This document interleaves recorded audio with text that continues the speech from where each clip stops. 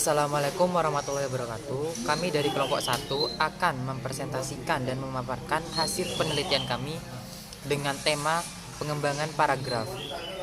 Mari kita simak bersama presentasi kami. Paragraf adalah suatu bahan tulis yang terdiri dari beberapa kalimat. Kalimat-kalimat itu di dalam paragraf harus disusun secara runtut dan sistematis, sehingga dapat dijelaskan hubungan antara kalimat yang satu dan kalimat lainnya dalam paragraf itu. Umumnya, kesulitan pertama membuat karya tulis ilmiah adalah mengungkapkan pikiran menjadi kalimat dalam bahasa ilmiah. Dengan adanya pola-pola pengembangan paragraf, sebuah karangan atau tulisan yang dibuat penulis bisa menggunakan salah satu model pengembangan paragraf atau bisa pula mengombinasikan beberapa model sekaligus. Pengertian paragraf. Paragraf merupakan inti penuangan buah pikiran dalam sebuah karangan. Paragraf merupakan himpunan kalimat yang saling bertalian dalam suatu rangkaian untuk membuat sebuah gagasan. Paragraf merupakan suatu kesatuan untuk pemakaian bahasa yang mengungkapkan pikiran atau topik dan berada di bawah tataran wacana. Paragraf memiliki potensi terdiri atas beberapa kalimat. Syarat dalam paragraf. Yang pertama adalah kepaduan paragraf atau koherensif. Koherensif adalah adanya kemampuan untuk merangkai kalimat sehingga berkaitan satu sama lain sehingga logis dan serasi. Lalu yang kedua adalah kesatuan paragraf. Yang dimaksud kesatuan adalah tiap paragraf hanya mengandung satu pokok pikiran yang diwujudkan dalam kalimat utama. Paragraf dianggap mempunyai kesatuan jika kalimat-kalimat dalam paragraf itu tidak terlepas dari topiknya atau selalu tentang metode pengembangan paragraf.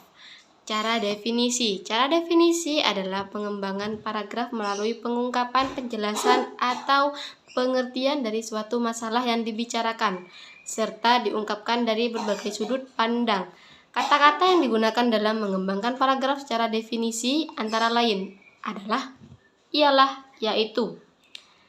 Nah, cara analogi. Analogi adalah bentuk pengungkapan suatu objek yang dijelaskan dengan objek lain yang memiliki suatu kesamaan atau kemiripan. Biasanya dilakukan dengan bantuan kiasan. Kata-kata kiasan yang digunakan yaitu ibaratnya, seperti, dan bagaikan. Nah, yang ketiga ini cara contoh-contoh. Contoh-contoh disajikan sebagai gagasan penjelas untuk mendukung atau memperjelas gagasan umum agar mudah dipahami oleh pembaca.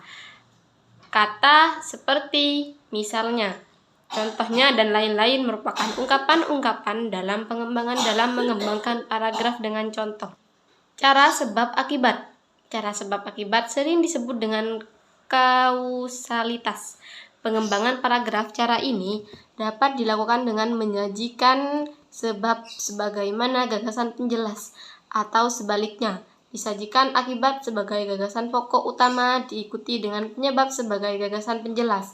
Kata yang digunakan yaitu, padahal, akibatnya, oleh karena itu, dan karena. Berikutnya adalah cara pertentangan, yaitu cara pengembangan paragraf yang biasanya menggunakan ungkapan-ungkapan seperti berbeda dengan, bertentangan dengan, sedangkan, lain halnya dengan, akan tetapi, dan bertolak belakang dari.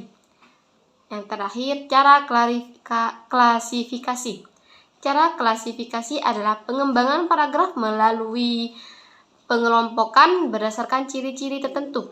Kata-kata ungkapan yang lazim digunakan yaitu dibagi menjadi, digolongkan menjadi, terbagi menjadi, dan mengklasifikasikan. Terima kasih. Metode pengembangan paragraf. Yang pertama, pengembangan alamiah. Pengembangan paragraf ini berdasarkan fakta dan spesialis serta kejadian yang kronologi terjadi. Yang kedua, pengembangan deduksi dan induksi. Pengembangan ini berdasarkan paragraf dengan model deduksi, dimulai dari suatu gagasan yang sifatnya umum dan diikuti dengan perincian-perincian yang sifatnya khusus dan terperinci. Jadi model-model pengembangan ini disebutkan terakhir ini sejalan dengan alur berpikir dalam kerangka deduktif, induktif maupun abduktif. Yang ketiga, pengembangan analogi. Analogi adalah Dimulai dari sesuatu sifatnya umum, sesuatu yang banyak dikenal publik, sesuatu yang mudah dipahami kebenarannya oleh orang dengan sesuatu yang masih baru atau sesuatu yang banyak dipahami publik. Yang keempat, pengembangan klasifikasi. Paragraf yang dikembangkan dengan mengikuti prinsip klasifikasi juga akan dapat memudahkan pembaca dalam memahami isinya. Dengan cara klasifikasi itu, maka tipe-tipe yang khusus atau spesifik akan ditemukan.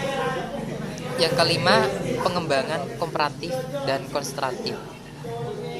Kesamaan itu biasanya cirinya, karakternya, tujuannya, bentuknya, dan seterusnya.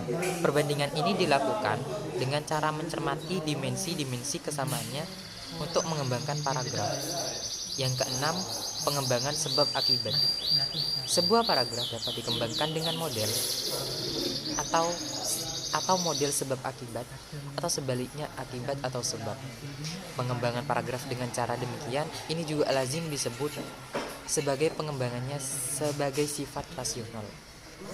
Sekian presentasi dari kelompok kami. Apabila ada salah kata, kami mohon maaf. Wabillahi taufiq wal hidayah. Wassalamualaikum warahmatullahi wabarakatuh.